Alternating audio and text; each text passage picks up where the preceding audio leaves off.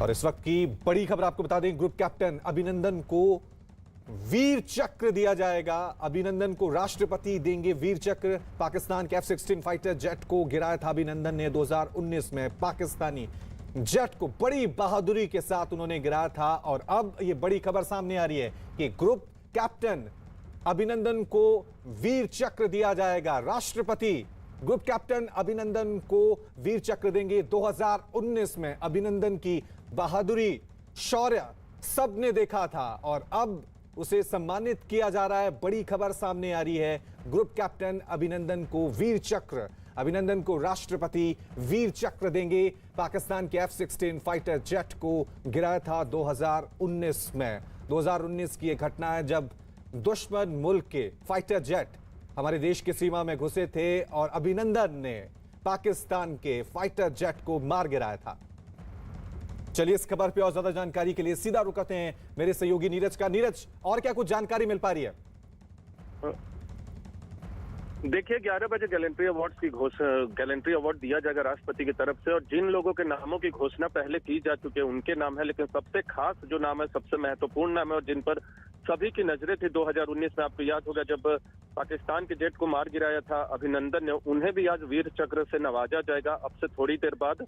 और ये अपने आप में सबसे महत्वपूर्ण है। भारत पाकिस्तान के रिश्ते आपको तब याद होंगे 2019 में जब अभिनंदन दूसरी तरफ थे और भारत ने पुरजोर कोशिश की थी उन्हें वापस करने की और भारत के दबाव में पाकिस्तान को अभिनंदन को छोड़ना पड़ा था, जो प्रोटोकॉल के तहत और भारतीय दबाव के तहत, और आज उन्हें नवाजा जाएगा। और आपको याद होगा जिस तरह से अटारी वाघा बॉर्डर पे उनकी वापसी हुई थी पाकिस्तान की तरफ से, जब वो भारत आए थे तो क्या माहौल था उस वक्त। एक तरह से भारत की जीत के तौर पे देखा गया था, जिस तरह से भारतीय कूटनीति, भारतीय दबाव के आगे अभिनंदन को पाकिस्तान ने महज एक दिन बाद अपने कब्जे से छोड़ा था।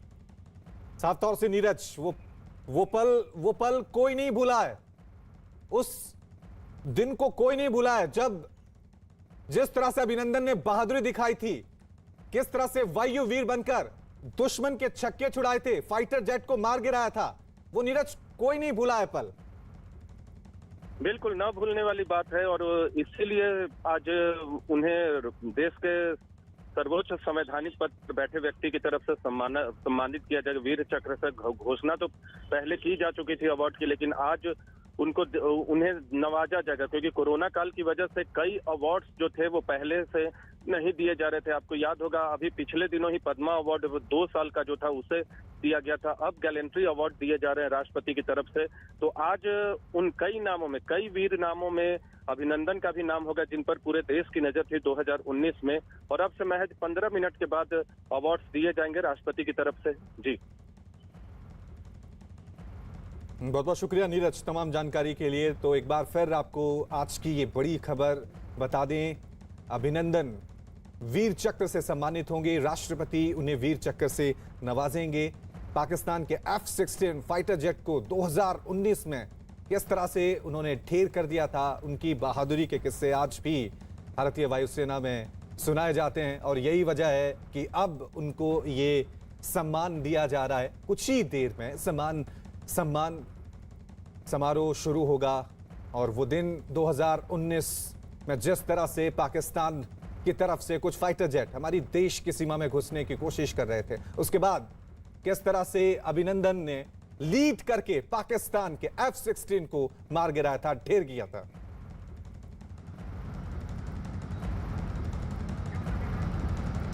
तो न्यूज 18 इंडिया की टीम लगातार किसान आंदोलन को कवर करती रही है। हमने हर तस्वीर निष्पक्ष तरीके से आप तक लगातार पहुंचाई है, पूरी जिम्मेदारी के साथ, पूरी जानकारी के साथ। अब किसान आंदोलन की अगर आगे की रूपरेखा का जिक्र करें तो लखनऊ में देखिए किस तरह से महापंचायत का आयोजन किया जा रहा है। अब आगे किस तरह से कूच होगा, किस तरह से आगे ट्रैक्टर रैली होगी, ये तमाम रणनीति यहां पर किसानों के जरिए, यानी कि उन संयुक्त मोर्चा किसानों के जरिए सामने आएगी जिन्हें लेकर लगातार बैठकों का दौर जारी रहा है। और लगातार अब भी जारी है। हम तस्वीरों के साथ आप तक पहुंचाएंगे कि प्रधानमंत्री नरेंद्र मोदी ने भले ही कृषि कानून को वापस ले लिया, ये कहते हुए कि वो बेहतरी के लिए तो किसानों के बनाए गए थे, लेकिन उन्हें हम कुछ किसानों तक पहुंचाने में कामयाब नहीं हुए, इसलिए कृषि कानून को रद्द किया जाता है। लेकिन बावजूद इसके जो बॉर्डर्स हैं वहां पर किसान जो कि आंदोलन कर रहे हैं वो टस से मस नहीं हुए हैं, वो अब भी आंदोलन कर रहे हैं। कमल इन तस्वीरों को दिखा रहे हैं और इन तस्वीरों को दिखाने का मकसद यही है कि ये वही टेंट है जो पिछले 1 साल से लगे हुए हैं, जिन्हें 1 साल होने में बस अब चंद दिनों का वक्त बाकी है। 26 नवंबर को इस आंदोलन का 1 साल हो जाएगा और किसान कह रहे हैं अब हमारी जब तक बाकी मांगे पूरी नहीं होती हैं तब तक हम हिलेंगे नहीं, हम 1 इंच पीछे नहीं जाएंगे। पहले वो कह रहे थे कृषि कानून रद्द करिए, रद्द करिए, रद्द करिए, और जब रद्द कर दिया गया तो देखिए किस तरह से वो अपनी ही बात से यहां पर पलटे हुए नजर आ रहे हैं। उसके साथ कुछ और मांगों को ऐड ऑन कर दिया गया है। बीजेपी की तरफ से हमारे साथ अनिला जी भी मौजूद थी, उन्होंने साफ शब्दों में कहा कि कुछ बातों को लेकर जरूर टेबल पर चर्चा की जा सकती है, लेकिन हर मुद्दे को लेकर अगर किसान आंदोलन पर अड़े रहेंगे तो बीच का रास्ता इससे कभी नहीं निकल पाएगा।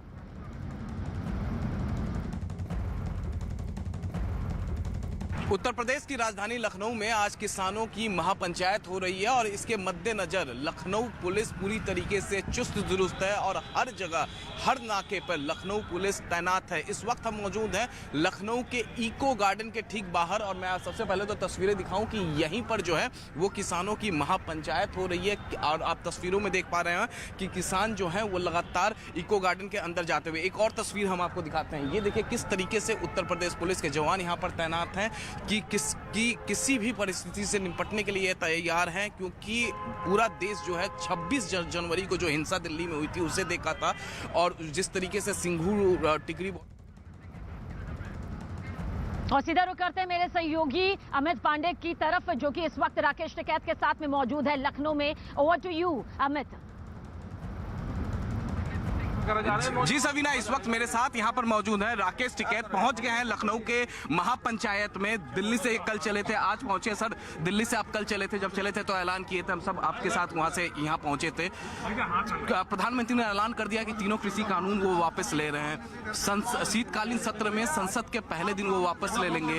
अब बातें हुई एमएसपी को लेकर और तमाम चीजें, और क्या क्या मुकदमे है, एमएसपी है, मुकदमे है, जो किसान शहीद हुए हैं उनका मामला है, पोल्यूशन वाला मामला है, 10 साल पुराने ट्रैक्टरों का मामला है, तो ये सारे इशू हैं, ये बातचीत से समाधान होगा। सर, कल आपने न्यूज़ 18 इंडिया के माध्यम से कहा था कि आप सरकार से बातचीत करना चाहते हैं एक टेबल पे, कैसे होगी? कल आपने कहा क्या सरकार से कोई बातचीत अभी तक आई, कोई पेशकश हुई आपके? चिट्ठी भेजी सरकार को, तो सरकार की तरफ से कोई जवाब आया नहीं। कोई जवाब आया नहीं अभी तक? तो क्या दिल्ली कूच करने के लिए जिस तरीके से एक बात सामने आ रही है, ट्रैक्टर लेके आप लोग? नहीं, वो 60 ट्रैक्टर जाएंगे, 1000 लोग जाएंगे, 1000 लोग जाएंगे। अब मध्य प्रदेश के जो कृषि मंत्री हैं उन्होंने कहा कि हम दोबारा से कृषि कानून लाएंगे और दोबारा हम किसानों को समझाएंगे। इस पर क्या कहना? आपने उनका बयान तो सुना ही होगा। भाई ये तो प्रधानमंत्री बताओगा, कृषि मंत्री बड़ा है, कमल पटेल ने साथ दिया होगा, कमल पटेल बड़ा है या अब देश का प्रधानमंत्री बड़ा है, वो तो ये तय कर ले अपने। लखनऊ के लिए आगे का प्लान क्या होगा? आज तो महापंचायत हो रही है, क्या शाम तक खत्म हो जाएगी या फिर आगे भी जाएगी? नहीं, आज ये 1 दिन की पंचायत है। 1 दिन की पंचायत, इसके बाद फिर आप वापस जाएंगे। फिर उसके आगे की रणनीति क्या होगी? जैसे कि आगे दिल्ली जाकर करेंगे, संयुक्त मोर्चा करेगा। अभी तो है 29 तारीख तक के हमारे प्रस्तावित कार्यक्रम है। 19 तक। इस बीच अगर सरकार की तरफ से कहा जाता है कि टिकैत साहब आइए, दूसरे नेता आएंगे, हम लोग बातचीत करते हैं, तो आप लोग बातचीत? हाँ, बातचीत संयुक्त मोर्चा बातचीत करेगा। अभी तक फिलहाल बातचीत का कोई पेशकश? अभी कोई पेशकश नहीं। देखो, देश बहुत गड्ढे में जा रहा है। प्रधानमंत्री ने कहा कि 2 करोड़ नौकरियां हम हर साल देंगे, तो 14 करोड़ लोग देश का बेरोजगार हुआ। वो यूथ जिसको काम करना चाहिए था वो आज सड़कों पर प्रदर्शन कर रहा, वो बेरोजगार हो चुका है पूर्ण रूप से, उसको रोजगार चाहिए। श्रम कानून में बदलाव कर दिया कि कोई इंडस्ट्रीज में काम करने वाले अपनी यूनियन ना बना पाए। तो क्या देश को गरीब बनाना चाहते हैं? इन हर मसलों पे हम भारत सरकार से बातचीत करना चाहते हैं। पुराली के नाम पे कि पुराली मत जलाओ, बगैर पराली के धान कैसे पैदा होगा वो आज तक रिसर्च क्यों नहीं करी? 10 साल पुराना ट्रैक्टर सड़कों पर नहीं चलेगा, गाड़ियां नहीं चलेगी, पंपिंग सेट नहीं चलेगा, तो क्या इंडस्ट्रीज को फायदा पहुंचाने के लिए काम करे जा रहे हैं? तो ये हर सवाल हमारे हैं जिसका जवाब भारत सरकार को देना है। यूपी बीजेपी प्रवक्ता राकेश त्रिपाठी है, उनकी तरफ से कल एक बयान आया कि चंद महीनों बाद कई प्रदेशों में विधानसभा चुनाव है, उत्तर प्रदेश में विधानसभा चुनाव है, तो किसान को भटकाया जा रहा है, सीधे सीधे उनका कहना था। अब पता नहीं भाई, वे भी इस आंदोलन का समर्थन कर रहे हो तो हमारा वे तो समर्थन करते हैं। वे कह रहे जी, हाँ बीजेपी के लोग वे कह रहे जी हट मत जाना। भाई जो ये कह रहा है कि ये कानून और पोल्यूशन वाले पे हम सरकार के साथ में है, बीजेपी के लोग अपने घर का एफिडेविट दो कि मेरे पास में 10 साल पुराना ट्रैक्टर नहीं है, कोई वाहन मेरे पास में 10 साल पुराना नहीं है, अपने घर पर बोर्ड लगवाओ, वे एफिडेविट जारी करें। नहीं तो हम करेंगे कि अपने घर में चला रहे हैं और ये हमारा समर्थन कर रहे हैं। वे ये कहते हैं कि हट मत जाना, हमारी तो मजबूरी है, लेकिन हट मत जाना। सब लोग, देश की जनता साथ में है, वे बीजेपी के लोग भी साथ में है। ये इंडस्ट्रीज बनने जा रही है इसकी पूरे देश की। कुछ लोग हैं जो सरकार में शामिल हैं, ये व्यापारियों की, बड़े उद्योगपतियों की सरकार है, उससे देश को बचाना है। प्राइवेटाइजेशन जिस तरह से देश का हो रहा है उससे देश में बेरोजगारी फैलेगी, भ्रष्टाचार फैलेगा, ये सारी चीजें देश में आएंगी। तो सबीना, राकेश टिकैत का साफ साफ ये कहना है कि जो महापंचायत है ये आज के लिए ये महापंचायत है और शाम को वो यहाँ से निकल जाएंगे दिल्ली के लिए वापस, जहाँ पर आप इस वक्त गाजीपुर बॉर्डर पे मौजूद हो, गाजीपुर बॉर्डर के लिए निकल जाएंगे। जी सबीना। बिल्कुल, और जिस गाजीपुर बॉर्डर में इस वक्त हम मौजूद हैं अमित, मैं यहाँ जरूर बताना चाहूंगी क्योंकि हम आगे बढ़ने की कोशिश यहाँ पर कर रहे थे। यहाँ पर जो आंदोलनकारी मौजूद है वो नहीं चाहते कि हम पूरी तरह से इसको एक कवरेज के तौर पर दिखाएं। शायद इसके पीछे की वजह ये है क्योंकि हम बार बार यही सवाल उठा रहे हैं कि आखिर बॉर्डर अब तक बंधक क्यों है, क्यों एक बार ये जिंदगी फिर से ढर्रे में नहीं आ रही, और खासतौर से तब जब खुद प्रधानमंत्री नरेंद्र मोदी ने गुरु पर्व के मौके पर किसानों को ये सबसे बड़ा तोहफा दिया, जिसके लिए वो पिछले 12 महीनों से लगातार दिन रात मेहनत कर रहे थे और इस आंदोलन को आगे बढ़ा रहे थे, और ये बात उन्हें बिल्कुल रास नहीं आ रही है। अमित, आप हमारे साथ बने हुए हैं, आपसे यहाँ पर जानना चाहेंगे कब तक ये प्रदर्शन यहाँ पर जारी रहेगा, किस तरह से आगे की ये पूरी जो तस्वीर हमें नजर आएगी, क्योंकि अभी आप राकेश टिकैत से बात भी यहाँ पर कर रहे थे, कुछ और किसान नेताओं से भी आपकी बातचीत लगातार होती रही है। अभी भी उन्होंने साफ तौर पर ये जो बताया है, जताया है, कैसे माना जाए कि देश के प्रधानमंत्री नरेंद्र मोदी पर भी उनका विश्वास नहीं है, उनके शब्दों पर भी विश्वास नहीं है, यही वजह है कि आंदोलन अब तक जारी है। देखिए, राकेश टिकैत से जब मेरी बात हुई है सबीना, उन्होंने ये साफ कहा कि 29 तारीख तक जो प्रस्तावित कार्यक्रम जैसा था संयुक्त किसान मोर्चा का, ठीक वैसा ही रहेगा, और ये जो लखनऊ में महापंचायत हो रही है इसका भी ये प्रस्तावित कार्यक्रम था, और उसी कार्यक्रम के तहत वो रात में लखनऊ पहुंचे, उसके बाद आज शाम के बाद वो लखनऊ से चले जाएंगे, वो वापस गाजीपुर पहुंच जाएंगे।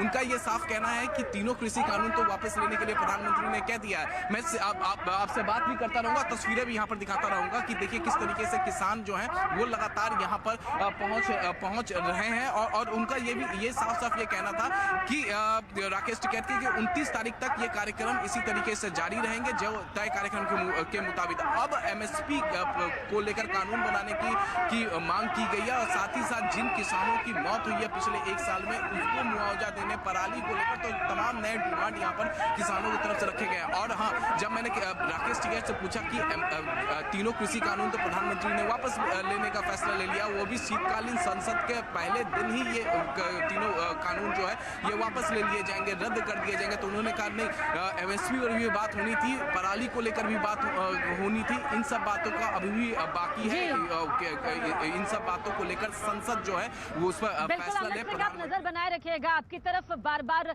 रुख करेंगे क्योंकि लखनऊ में जो किसानों की महापंचायत हो रही है, आगे की रणनीति अब यहाँ से तैयार होती हुई नजर आ रही है। खुद राकेश टिकैत भी इस वक्त वहां मौजूद है जिनसे बातचीत आपने इस दौरान यहाँ पर की, लेकिन इस बीच लखनऊ में जो महापंचायत हो रही है वहां मौजूद किसान नेता हनान मोल्ला का क्या कुछ कहना है, ये भी आप सुने।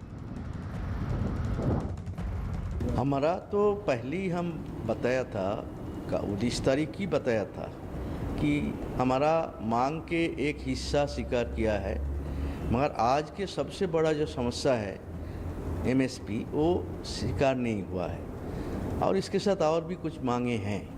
तो जब तक सारे पूरा मांग पूरा नहीं होगा हमारा आंदोलन जारी रहेगा। हम ऐलान किया था, अब भी वही बात है, आंदोलन जारी रहेगा।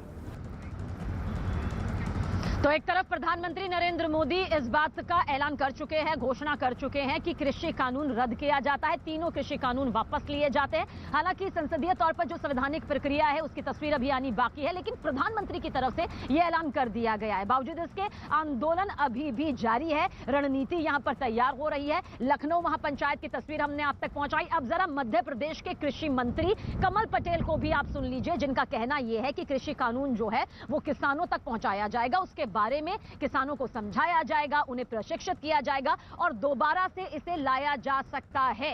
यानी एक बार फिर से कृषि कानून के दोबारा से वापस आने के संकेत यहां पर मध्य प्रदेश के कृषि मंत्री कमल पटेल के जरिए दिए गए हैं। तो आइए क्या कुछ उन्होंने कहा, सुनिए आप। हमने अच्छी नीयत से लाए थे, इससे परिवर्तन ही आता, किसान को हिट होता, लेकिन हम पूरे किसानों को, कुछ किसानों को समझाने में सफल नहीं हुए। हम अब किसानों को प्रशिक्षित करेंगे, सिखाएंगे, समझाएंगे और जब सब सहमत होंगे फिर लाएंगे। तो देखिए किस तरह की ये पूरी तस्वीर यहां पर बनती हुई नजर आ रही है। बयानबाजियों का दौर भी यहां पर जारी है, लेकिन इतना साफ है कि प्रधानमंत्री नरेंद्र मोदी के कृषि कानूनों को रद्द करने के बावजूद, उसे वापस लेने के बाद भी किसानों का वो आंदोलन नहीं थमा जिसकी उम्मीद यहां पर की जा रही थी। अब कुछ और मांगों के साथ, 6 मांगों के साथ कुल वो वापस सामने आ गए हैं। संयुक्त किसान मोर्चा का खुला पत्र भी यहां पर सामने आया है। इन तस्वीरों के साथ हम आप तक पहुंचाते हैं कि अब इसे लेकर किस तरह से कैबिनेट की बैठक भी यहां पर होगी। मैं चाहूंगी कि यहां पर जो पूरे टेंट मौजूद है उन तस्वीरों के साथ हम आप तक ये पूरी खबर पहुंचाएं। न्यूज़ 18 के अमिताभ सिन्हा की ये खबर है। बुधवार को कृषि कानून सुधार कानूनों पर केंद्रीय मंत्रिमंडल की अहम बैठक होने वाली है। सूत्रों के मुताबिक इस बैठक में कृषि कानूनों को वापस लेने वाले प्रस्ताव को मंजूरी दी जा सकती है, क्योंकि वापस तो इसे प्रधानमंत्री नरेंद्र मोदी ले चुके हैं, इसका खुद खुले तौर पर ऐलान कर चुके हैं। लेकिन जिस आंदोलन के खत्म होने की उम्मीद की जा रही थी, जिस को लेकर यह सोचा जा रहा था, जो पिछले 1 साल से तमाम बॉर्डर की बंधक बने हुए हैं इन आंदोलनकारियों की वजह से, जिसकी वजह से भारी नुकसान झेलना पड़ रहा है,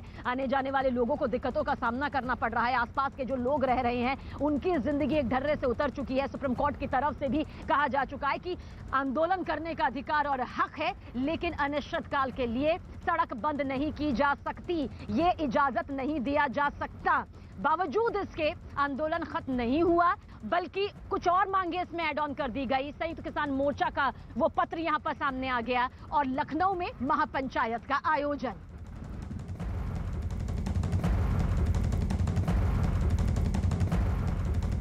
त्रिपुरा की राजधानी अगरतला में टीएमसी नेता सुबल भौमिक के आवास पर हमले का आरोप लगा। बताया गया कि इस हमले में कई टीएमसी कार्यकर्ता घायल हो गए, जबकि कई गाड़ियों को भारी नुकसान हुआ है और पूरे इलाके में जमकर तोड़फोड़ की तस्वीरें सामने आई है।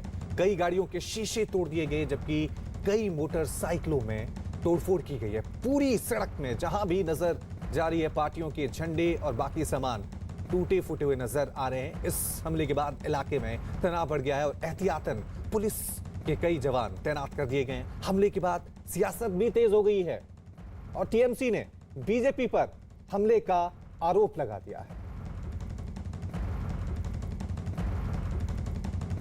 चलिए इस खबर पर और ज्यादा जानकारी के लिए सीधा रुख करते हैं। मेरी सही होगी आशिका हमारे साथ बनी हुई। आशिका, जिस तरह का टकराव पश्चिम बंगाल में देखने को मिलता था टीएमसी और बीजेपी के बीच, वही टकराव, वही हिंसा, वही बवाल अब त्रिपुरा में देखने को नजर आ रहा है। बिल्कुल, तस्वीरें लगभग एक जैसी हैं। चुनाव जैसे जैसे नजदीक आ रहे हैं, खासतौर पर जो अगरतला म्युनिसिपैलिटी के इलेक्शन है 25, और उस चुनाव के पहले ठीक ये हिंसा की तस्वीरें देखने को मिल रही है। लगातार टीएमसी की तरफ से पिछले कई दिनों से आरोप लग रहे हैं कि उनके जो कैंडिडेट हैं उनके ऊपर हमला किया जा रहा है, और अब जो तस्वीर हमने आ रही है, आरोप टीएमसी की तरफ से लग रहा है कि उनके जो नेता है सुबल भौमिक, उनके घर पर हमला हुआ है। साथ ही साथ जो टीएमसी युवा विंग की नेता है शालिनी घोष, उनको गिरफ्तार किया गया है। पुलिस का आरोप है हिट एंड रन केस में मुख्यमंत्री की सभा में शालिनी घोष, वहां पर आरोप उनके ऊपर लग रहा है कि वहां पर जो कार्यकर्ता थे उनको मारने की कोशिश की तरफ से। और आशिका, क्योंकि अभिषेक बनर्जी भी अब त्रिपुरा पहुंच गए हैं और उनके दौरे से ठीक एक दिन पहले इस तरह से हिंसा होना, उनके नेता को गिरफ्तार कर लेना, यानी ये सिलसिला आगे यूं ही बढ़ता जाएगा।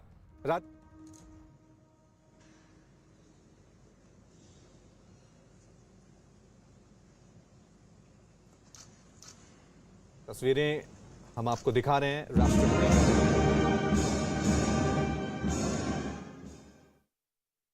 ये तस्वीरें आप देख सकते हैं, राष्ट्रपति भवन की ये तस्वीरें हम आपको दिखा रहे हैं, जहां पर बस कुछ ही पलों में अभिनंदन को वीर चक्र से सम्मानित किया जाएगा। फरवरी 2019 में पाकिस्तान के F-16 फाइटर जेट को अभिनंदन ने ढेर कर दिया था। पाकिस्तान की तरफ से कुछ फाइटर प्लेन ने देश की सीमा में घुसने की कोशिश की थी, जिसके जवाब में ग्रुप कैप्टन अभिनंदन उन्होंने मुंह तोड़ जवाब दिया था। हालांकि वो पाकिस्तान के शिकंजे में भी आ गए थे, तब भी उन्होंने हिम्मत नहीं हारी, बहादुरी दिखाई, देश की आन बान शान के लिए डटे रहे। और यही वजह है कि आज उनकी बहादुरी को, शौर्य को सम्मानित किया जा रहा है। सीधे तस्वीरें हम आपको राष्ट्रपति भवन के दिखा रहे हैं। अभिनंदन वर्धमान, जिन्हें आज वीर चक्र से सम्मानित किया जाएगा। राष्ट्रपति रामनाथ कोविंद पहुंच चुके हैं, राष्ट्रगान हो चुका है, अब बस थोड़ी ही देर में ये सम्मान समारोह शुरू होने जा रहा है, जहां पर देश के बहादुर जवानों को सम्मानित किया जाएगा। और सबकी निगाहें टिकी हुई हैं ग्रुप कैप्टन अभिनंदन वर्धमान पर। वो अभिनंदन जिन्होंने 2016 में पाकिस्तान के F-16 फाइटर जेट को चकनाचूर कर दिया था। ये बहादुरी थी, ये उनका शौर्य था, अदम्य साहस था। और यही वजह है कि उनको आज वीर चक्र से सम्मानित किया जा रहा है। उनकी वीरता को आज हर कोई याद कर रहा है। देश के प्रधानमंत्री नरेंद्र मोदी भी आप देख सकते हैं इस सम्मान समारोह में पहुंच गए हैं। राष्ट्रपति रामनाथ कोविंद वहां पर पहुंचे हुए हैं। कुछ ही पलों में ये समारोह शुरू हो जाएगा। देश के बहादुर जवानों को सम्मानित किया जा रहा है। हम बार बार आपको कह रहे हैं कि सबकी निगाहें अभिनंदन वर्धमान, ग्रुप कैप्टन, भारतीय वायुसेना का वो वायुवीर जिसने पाकिस्तान की वायुसेना के छक्के छुड़ा दिए थे। वो वायुवीर जो दुश्मन के कब्जे में भी आ गया था, लेकिन तब भी उसने हिम्मत नहीं हारी थी, उसने अपनी बहादुरी का जज्बा दिया था। इस तरह से अभिनंदन की वापसी हुई थी, वो तस्वीरें भी आज लोगों के जहन में हैं। और वो तस्वीरें भी कि किस तरह से पाकिस्तान ने हिमाकत की थी भारत की सीमा में घुसने की, लेकिन जैसे ही अभिनंदन अपने फाइटर जेट के साथ आसमान में निकले, पाकिस्तान के वो फाइटर जेट दुम दबाकर भाग गए थे। लेकिन भागते भागते भी अभिनंदन ने पाकिस्तान के F-16 फाइटर जेट को ढेर कर दिया था।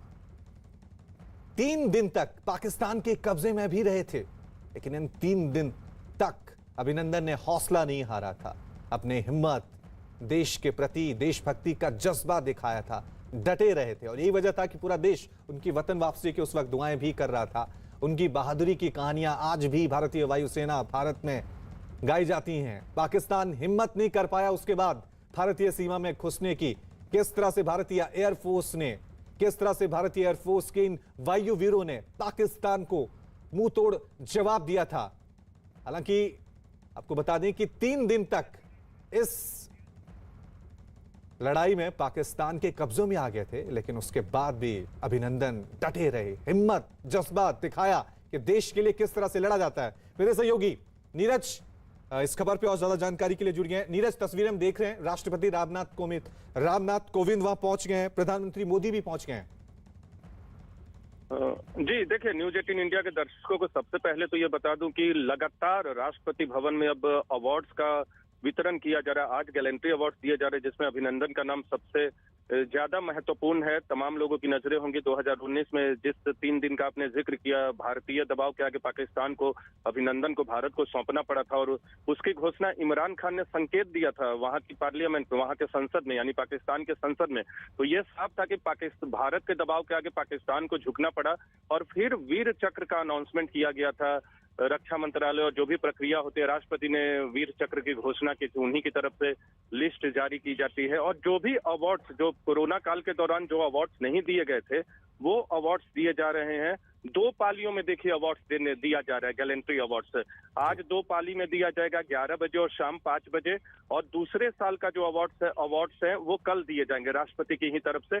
तो 2 दिनों में ये अवार्ड दिए जाएंगे, जिस तरह से पद्मा अवार्ड्स का वितरण पिछले दिनों किया गया है। दूसरी अहम बात, अभिनंदन का जिक्र कर रहे थे, 3 दिनों तक बिल्कुल देश की सांसें थमी हुई थी, और जिसकी तस्वीरें आपको याद होंगी, 3 दिन तक तो लोगों की सांसें थमने के बाद अटारी वाघा बॉर्डर से अभिनंदन की जिस तरह से वापसी हुई थी, तो वो अपने आप में ये बताने को काफी था कि भारत ने किस कूटनीति दबाव का परिचय दिया था। तब जो हौसला दिखाया था अभिनंदन ने पाकिस्तान के जेट को गिराकर, वो हौसला और वो दबाव भारत ने भी अपने वीर सपूत के लिए दिखाया था, जिसने जांबाजी दिखाई थी, और उसके बाद उनकी भारत में वापसी हुई थी। तो 3 दिनों के बाद आज जो तस्वीरें, जब वो राष्ट्रपति से अवार्ड लेने जाएंगे, तो उस समय देश के हर किसी का सिर चौड़ा होगा, सिर ऊंचा होगा, छाती चौड़ी होगी, क्योंकि जिस तरह से उन्होंने भारत हौसले का परिचय दिया था वो आज देखने को मिलेगा। और अभिनंदन वीरता के प्रतीक हैं। आज जब अवार्ड लेंगे तो वो कहीं ना कहीं दर्शाएगा कि हमेशा भारत पाकिस्तान को, अपने दुश्मन पाकिस्तान को, जो बार बार भारत में आतंकवाद को बढ़ाता है, उकसाता है, भारत में या जम्मू कश्मीर में आतंकवाद के लिए पाकिस्तान जिम्मेदार है। तो पाकिस्तान को जो जवाब दिया था, बिल्कुल पाकिस्तान को मुंहतोड़ जवाब दिया था, और पाकिस्तान उस हमले को, उस तमाचे को आज तक याद रखता है। मुकाबला करते हुए अंततः मेजर विभूति ने मातृभूमि की रक्षा में अपने प्राणों की आहुति दी। मेजर विभूति शंकर ढोंडियाल ने अदम्य साहस, असाधारण बहादुरी एवं अनुकरणीय निस्वार्थ सेवा का प्रदर्शन करते हुए भारतीय सेना की गौरवशाली परंपराओं में अपना सर्वोच्च बलिदान दिया। स्वर्गीय मेजर विभूति शंकर ढोंडियाल की पत्नी लेफ्टिनेंट नितिका कौल एवं माता श्रीमती सरोज ढोंडियाल।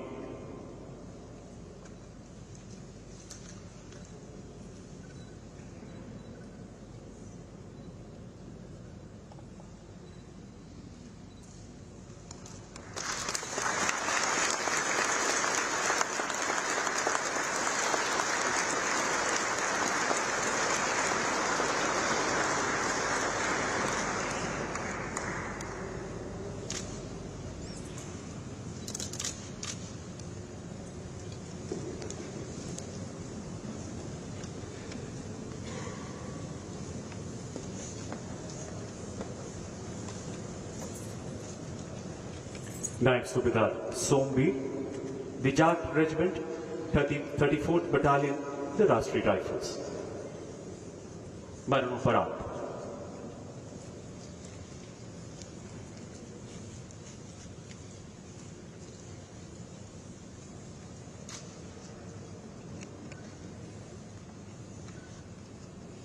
नायब सूबेदार सोमवीर 34 राष्ट्रीय राइफल्स जाट की उस असॉल्ट टीम का हिस्सा थे जिसने जम्मू कश्मीर में एक महत्वपूर्ण ऑपरेशन की योजना तैयार की तथा उसे अंजाम देते हुए 3 कट्टर आतंकवादियों को मार गिराया। लक्षित मकान की घेराबंदी करते समय नायब सूबेदार सोमवीर ने विशिष्ट सैन्य कुशलता तथा साहस का परिचय देते हुए आतंकवादियों के बच निकलने के सबसे संभावित रास्तों पर अपनी और अपने साथी की तैनाती की। एक आतंकवादी ने भीषण गोलीबारी के साथ साथ ग्रेनेड दागते हुए उस घेराबंदी को तोड़ने का प्रयास किया, जिसमें उनका एक साथी गंभीर रूप से घायल हो गया। नायब सूबेदार सोमवीर ने अपने साथी को खतरे में देख स्वयं के प्राणों की परवाह न करते हुए जख्मी होने के बावजूद आमने सामने की लड़ाई में उस आतंकवादी को मार गिराया। बाद में उसकी पहचान एक खूंखार विदेशी आतंकवादी के रूप में की गई। सीने में एवं गर्दन में गोलियां लगने के कारण अंततः वो वीरगति को प्राप्त हुए। नायब सूबेदार सोमवीर ने भीषण चुनौतीपूर्ण परिस्थितियों में असाधारण वीरता, अनुकरणीय नेतृत्व क्षमता तथा अटूट निस्वार्थ सेवा भाव का परिचय देते हुए राष्ट्र के लिए सर्वोच्च बलिदान दिया। स्वर्गीय नायब सूबेदार सोमवीर की पत्नी श्रीमती सुमन देवी एवं माता श्रीमती राजेंद्र देवी।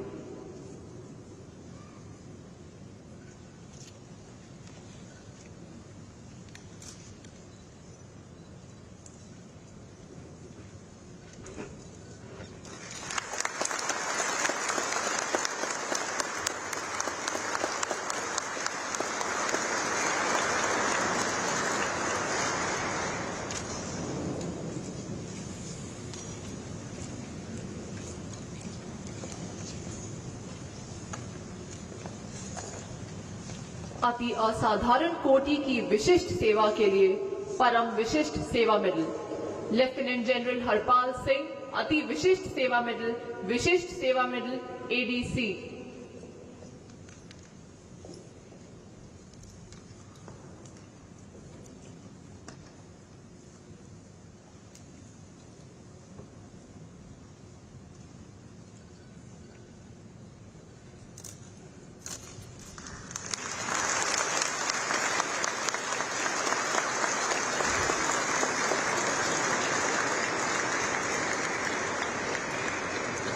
Vice admiral Anil Kumar Chawla, Ati Vishisht Seva medal Nausena medal Vishisht Seva medal.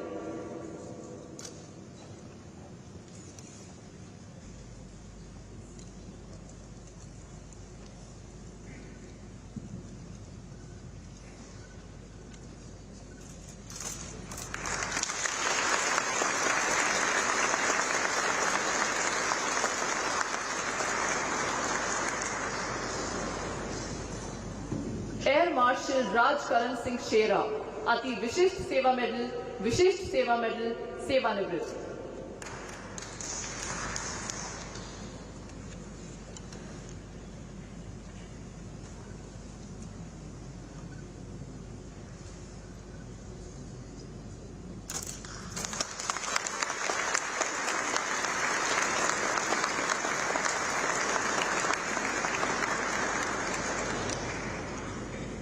Air marshal Harjeet Singh Arora, Ati Vishisht Seva medal सेवानिवृत्त।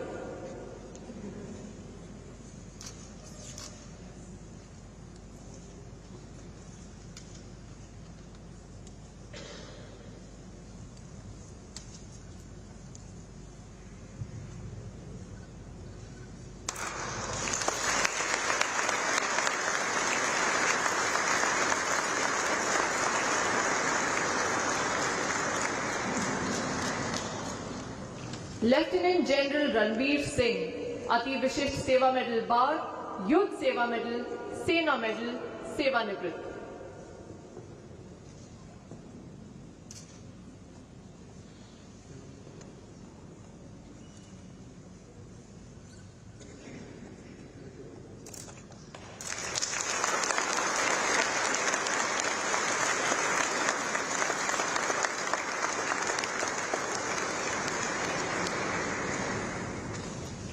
लेफ्टिनेंट जनरल संजीव कुमार श्रीवास्तव, अति विशिष्ट सेवा मेडल सेवानिवृत्त।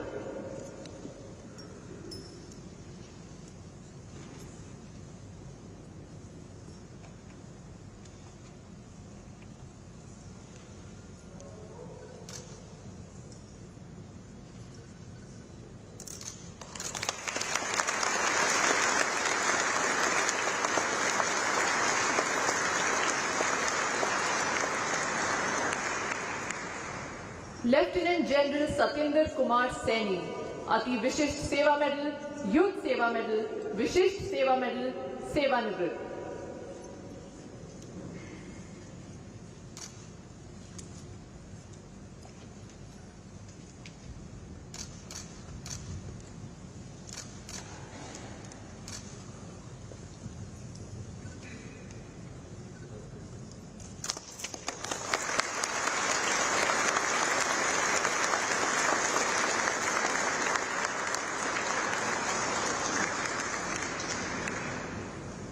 Lieutenant general Amarjeet Singh Bedi, Uttam Yuddh Seva medal, Vishisht Seva medal.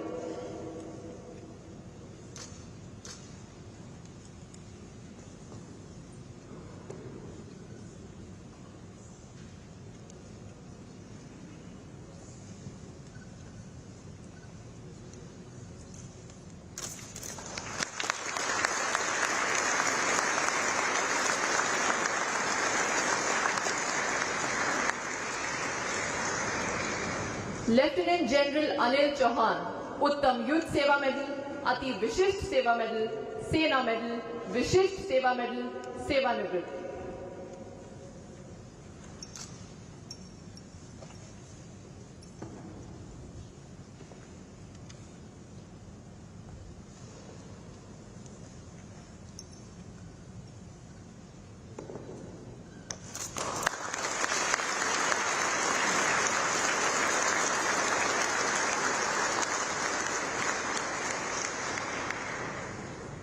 Lieutenant general Santosh Kumar Upadhyay, अति विशिष्ट सेवा मेडल, सेना मेडल, विशिष्ट सेवा मेडल, सेवानिवृत्त।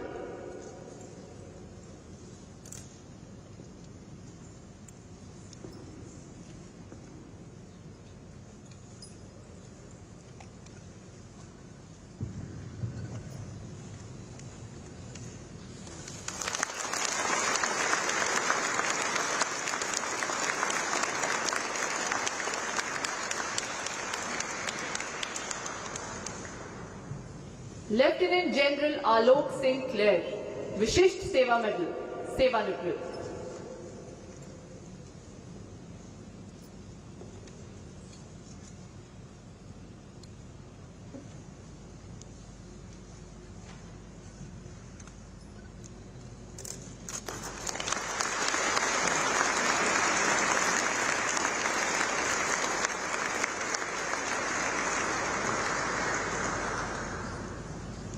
मेजर जनरल अश्विनी कुमार चनन, सेना मेडल, सेवानिवृत्त।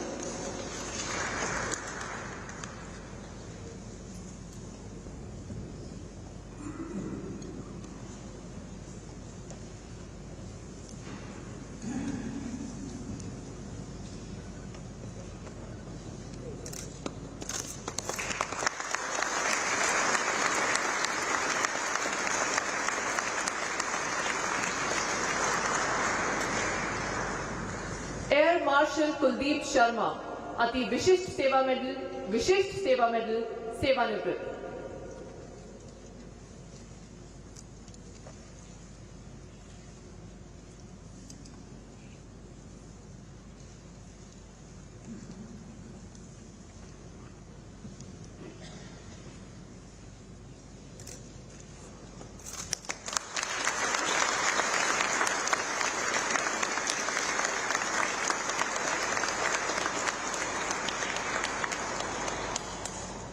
शत्रु का मुकाबला करने के सिवाय असाधारण वीरता के लिए कीर्ति चक्र श्री हर्षपाल सिंह, उप कमांडेंट, केंद्रीय रिजर्व पुलिस बल।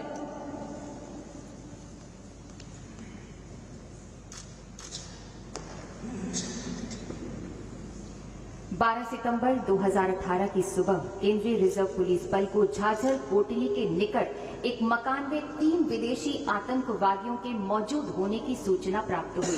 तदनुसार केंद्रीय रिजर्व पुलिस बल, पुलिस और सेना द्वारा संयुक्त तलाशी और विनाश करने संबंधी ऑपरेशन के तहत 13 सितंबर 2018 को सुबह 10:55 पर आप एक छोटी सी टीम के साथ उस मकान की ओर तत्काल चल पड़े। आतंकवादियों ने आपके ऊपर भारी गोलीबारी प्रारंभ कर दी। आपने अपने साथी के साथ बराबर में मोर्चा संभाल लिया। आतंकवादियों ने आपके ऊपर लगातार ग्रेनेड दागे। आपने पेड़ के पीछे छिपकर लक्षित गोलीबारी कर एक आतंकवादी को उसी मकान पर मार गिराया और अन्य को जख्मी कर दिया। आतंकवादियों ने आपकी तरफ ग्रेनेडों से लगातार हमला जारी रखा, जिसमें आप बुरी तरह से जख्मी हो गए। इसके बावजूद आप आतंकवादियों पर लगातार हमला करते रहे। अत्यधिक रक्तस्राव के कारण आपको इलाज के लिए अस्पताल पहुंचाया गया। शेष दोनों आतंकवादियों को सैन्य टुकड़ियों द्वारा धराशायी कर दिया गया, जिनके पास से शस्त्र, गोला बारूद एवं विस्फोटक सामग्री का एक बड़ा जखीरा भी बरामद हुआ। इस प्रकार श्री हर्षपाल सिंह, उप कमांडेंट ने अपनी सैन्य टुकड़ियों के साथ साथ स्थानीय जनता के जीवन की सुरक्षा करने के लिए स्वयं के जीवन को जोखिम में डालते हुए असाधारण नेतृत्व गुणों, अदम्य साहस तथा नैतिक हिम्मत का परिचय दिया। श्री हर्षपाल सिंह।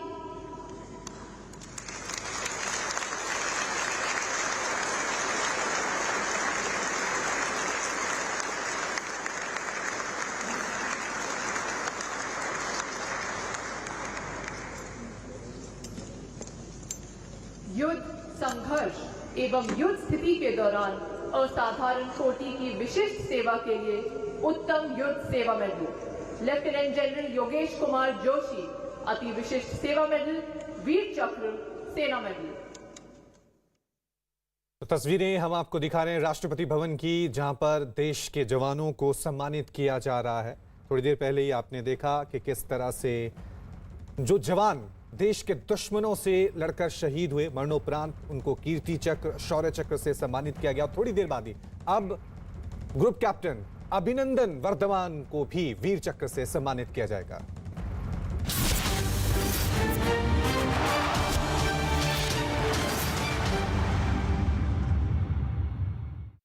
उन्होंने अपनी फैक्ट्री में एक मशीन का सहारा लिया।